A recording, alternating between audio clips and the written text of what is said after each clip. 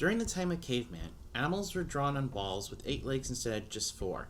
This depicted the motion of running, and that's exactly what our ancestors wanted to capture. In ancient Egypt, columns were painted with the Egyptian goddess Isis on it, and she was drawn in different positions. When the chariots were in through the halls, it showed her doing a beautiful dance. In ancient Greece, heroes and warriors were painted on vases, so that when we spun them around, it showed them running, just like they did in tournaments. And Thanasius Kircher and his magic lantern, a lit lamp to make light and smoke with moving glass pictures. It was beautiful work, and also people called it magic. Today we call it special effects.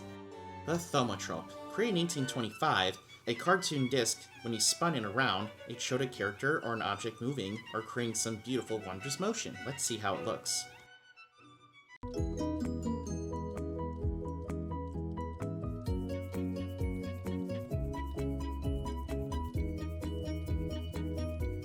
The Flipper Book, created by John Barnes Linnet.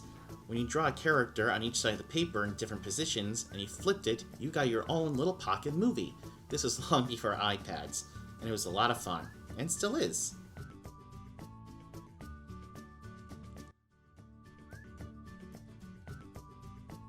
And introducing the granddaddies of them all, the Phonetic Kitoscope. When you turned a wheel on a crank and looked through the slits, you saw a character doing a dance or running around. The Zoetrope by William Horner, also known as the Wheel of Life, did the same. And the Praxinoscope, created by Emile Renaud in 1877.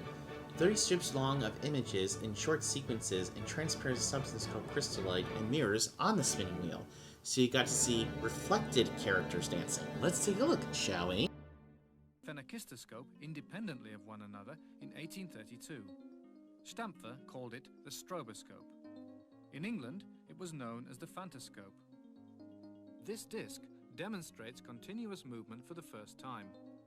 Comparable to film because it uses minimal differences between the images to create the illusion of movement. Well, that's just the beginning. See you all soon!